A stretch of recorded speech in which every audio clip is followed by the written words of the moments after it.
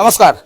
এই গ্রামীণ কৃষি শিল্প সমাচার পেজে কিন্তু আপনারা বরাবরই চোখ রাখেন আর দেখতে থাকেন। আমরা কিন্তু বরাবরই বিভিন্ন জায়গায় যে শুধু খবর দেখাই এমনটা নয়, বিনোদনটাও কিন্তু দেখাই। তার সঙ্গে এই যে যে সবাই এলাম আজকের এই সভাতে এমন কিছু গুণী মানুষ পেয়েছি যাদের সান্নিধ্য পেলে সত্যি আমি ধন্য হয়ে যাব। কারণ আমি তো আপনাদের শুধু খবর দেখাতে পারি না, কিন্তু মাঝে মাঝে বিনোদন দেখাই, মাঝে মাঝে বিভিন্ন তথ্য নিয়ে আপনাদের কাছে পৌঁছে যাই। আজকে কিন্তু এমন একজন গুণী মানুষকে পেয়েছি, অবশ্যই কথা হবে। আর চোখে আমরা কি বলবো, চোখ রাখুন আর দেখতে থাকুন। স্যার, এরকম একটা মানে অনুষ্ঠানে আপনাকে পাবো, আর আপনার ভিডিও দেখি আমি। Thank you. আপনি উকিলের বাজার গিয়েছিলেন, ওখানে হোমযজ্ঞ করেছিলেন। হ্যাঁ, সেখানে আমি আপনার ভিডিও ছেড়েছিলাম। ও আচ্ছা আচ্ছা প্রচুর মানুষ দেখেছিল। আচ্ছা। আর আপনার সান্নিধ্য পেয়ে মনে হয় আমাকে তো অনেকটাই ধন্য মনে হচ্ছে। কারণ আমাদের শঙ্কর প্রসাদ তিয়ারি, যিনি যোগাযোগ করে দিয়েছেন, আর আমাদের এই গ্রামীণ কৃষি শিল্প সমাচার পেজ, খবরের কাগজ, এখন তো ডিজিটাল মিডিয়া হয়ে গেছে। কি একদম। করব, আমাদের কাগজ এখন কেউ কেনে না, কিন্তু আমরা এই আপনাদের মতন এই যে মানুষ পেয়েছি। যদি দর্শকদেরকে বলেন যে দর্শকরা সত্যি তারা জানতে চায় আগামী দিনে পথপ্রদর্শক হিসাবে আমরা কি অবলম্বন করলে এই ভারতবর্ষের কৃষ্টি সৃষ্টি যা কিছু রয়েছে সেগুলোকে ঠিকঠাক ভাবে বজায় থাকবে এবং ভালোভাবে মানুষ চলতে পারবে, কি বলবেন? দেখুন, আমার পার্সোনালি মনে হয় স্বয়ং ভারতবর্ষই মা। তো মা নিজেই সন্তানকে বড় করে তোলে। সন্তানের ক্ষমতা নেই যে সে বড় হয়, মায়ের আশীর্বাদে, মায়ের স্তনদুগ্ধে, এবং আজকে মাতৃদিবসও। তো হ্যাঁ, তো মায়ের আশীর্বাদেই সন্তান বড় হয়। এবার ভারতবর্ষ এমন একটা দেশ যেখানে বারংবার বিভিন্ন বৈদেশিক শত্রুই হোক, এমনকি দেশের ভেতরের সে মানে ব্যাকটেরিয়াই হোক, বিভিন্ন কারণে শরীরে বাসা বেঁধেছে, কিন্তু তিনি তো জগৎজননী মা, তিনি ভারতবর্ষ। তো তিনি বারংবার এই সন্তানদের রক্ষা করেছেন, করছেন এবং ভবিষ্যতেও করে যাবেন। আর বর্তমানে দাঁড়িয়ে মা করবেন সে তো ভালো কথা, কিন্তু সন্তানেরও তো একটা ডিউটি থাকে। সন্তানের একটাই ডিউটি, সেটা হলো মায়ের প্রতি পূর্ণ এবং পূর্ণ ভালোবাসা। ইয়া দেবী সর্বভূতেষু মাতৃরূপেণ সংস্থিতা। আর সেই মা হলেন আমাদের এই ভারতবর্ষ মা। তো সেই ভারতবর্ষের প্রতি ভালোবাসা যদি আমাদের থাকে, তাহলে অটোমেটিক্যালি আমরা ভারতবর্ষ সম্পর্কে জানবার আগ্রহ জানবে, এবং যত আগ্রহ জন্মাবে তত আমরা জানার চেষ্টা করব, আর যত চেষ্টা করব তত অটোমেটিক্যালি জানবো। তাই সবার আগে এক এবং অদ্বিতীয় অবিচল নিষ্ঠাপূর্ণ ভালোবাসা নিজের দেশের প্রতি, সেই ভারত মায়ের প্রতি ভালোবাসা, এটা সবার আগে দরকার।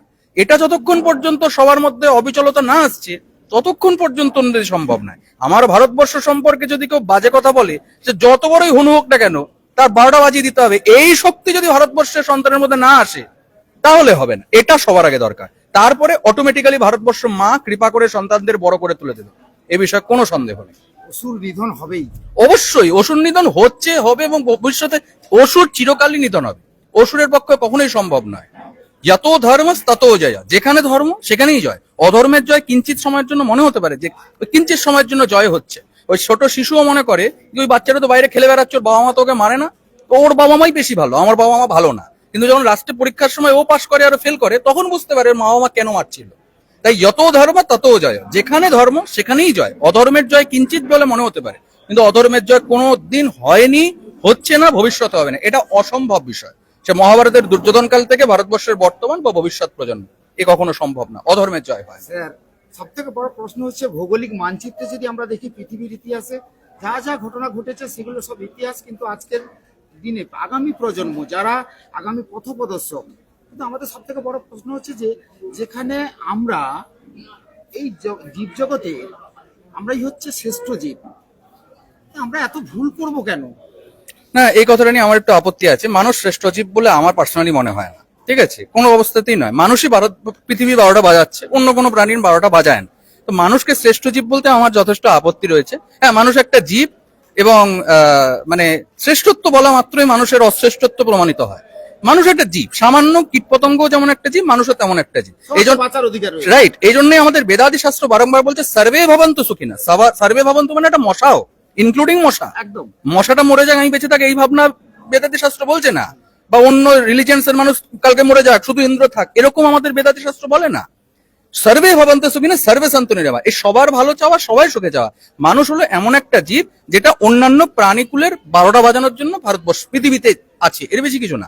হ্যাঁ, কিন্তু এই মানুষটা কেন অন্যান্য জীবকুলের 12টা বাজাচ্ছে, তার কারণ হলো মানুষের মধ্যে অমানুষত্ব বা আসুরত্ব বৃদ্ধি পাচ্ছে। মানুষের ডিউটি এটা নয়, মানুষের ডিউটি হলো মনুষ্যত্ব, দেবত্ব। ওই সমুদ্র মন্থনের সময় দেবাসুরের সমুদ্র মন্থন শুধু সেই দিন হয়নি, আজও হচ্ছে, ভবিষ্যতেও হবে। মানুষ আর অমানুষের যুদ্ধই সমুদ্র মন্থন, সেখানে অমৃত উঠবে না হলাহল, সেটা পরে, সেটাই হলো মূল যুদ্ধ। যে হলাহল নিয়ে যদি আমরা এখন মারামারি করি তাহলে তার অমৃত পর্যন্ত আমরা যেতে পারবো না। তাই জন্য মানুষ আজকের দিনে যারা আমরা ওই অল্পের মধ্যে সাকসেস খুঁজতে চাইছি আর অল্পের মধ্যেই ওই ভারতবর্ষ সম্পর্কে জানতে চাইছি, বুঝতে চাইছি, এটা কখনো সম্ভব নয়। এই জন্য আমরা হলাহলেই আটকে যাচ্ছি। কিন্তু যে মানুষ ধৈর্য সহকারে ওই মাতৃভূমির প্রতি সম্পূর্ণ ভালোবাসা রাখে, হ্যাঁ, ওই স্বর্গাদপি গড়িয়েছি, জননী জন্মভূমিশ্চ স্বর্গাদপি গড়িয়েছি, মরার পরে স্বর্গে যাবো নাকি নরকে যাবো শুধু মরার পরে দেখা যাবে। যতক্ষণ বেঁচে আছি আমার মা আর এই মাতৃভূমি, এর দিকে যদি কেউ চোখ তুলে তাকায় তার চোখ উপড়ে নেবো, এই ভাব যদি কারোর থাকে, তাহলে অটোমেটিক্যালি মানুষের মধ্যে মনুষ্যত্ব বৃদ্ধি পাবে আর দেশ এবং দেশের কল্যাণ তাদের দ্বারাই সাধিত হয়, অন্য কারোর দ্বারা সম্ভব নয়। তাহলে চৈতন্য হবে বলছেন? চৈতন্য তো শ্রীরামকৃষ্ণ থেকে শুরু করে আজ পর্যন্ত সবাই চাইছে চৈতন্য হোক।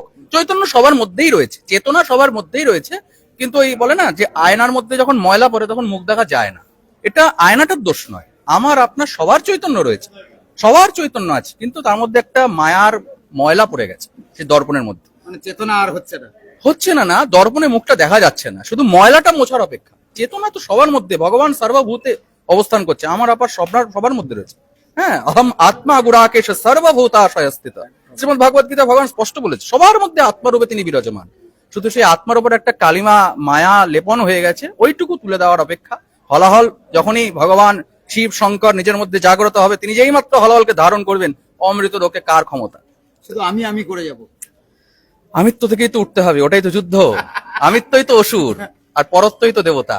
আমিত্ব থেকে সর্বত্বের দিকে যাওয়াটা অমৃতস্য পুত্রা, পুত্র নয়, 1 বছর নয়, পুত্রা। সবাই অমৃতের সন্তান, সবাইকে নিয়ে একসাথে এগিয়ে যাওয়ার যে শক্তি, ভালোবাসা, এটা এক এবং অদ্বিতীয় সনাতন হিন্দু ধর্মের বুকের পাটা আছে, অন্য কারোর সেই বুকের পাটা নেই। সবার সঙ্গে বলা একমাত্র সনাতন ধর্মেরই রয়েছে।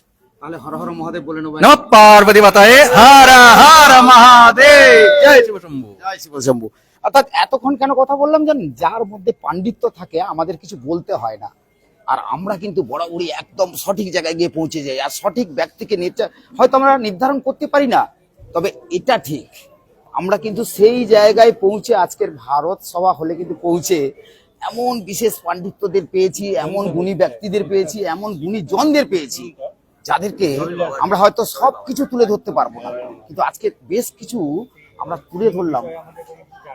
পণ্ডিত শিবপ্রসাদ মুখোপাধ্যায়, যিনি এতক্ষণ চেতনা চৈতন্য নিয়ে যা বললেন, আমার মনে হয় আগামী দিনে আপনার আমার কিছু এই ভিডিওটা দেখার পরেও আপনারা কিছু চেতনা চৈতন্য মনে হয় আসবে। সবাই ভালো থাকবেন, এতক্ষণ আপনারা আমার সঙ্গে থাকার জন্য।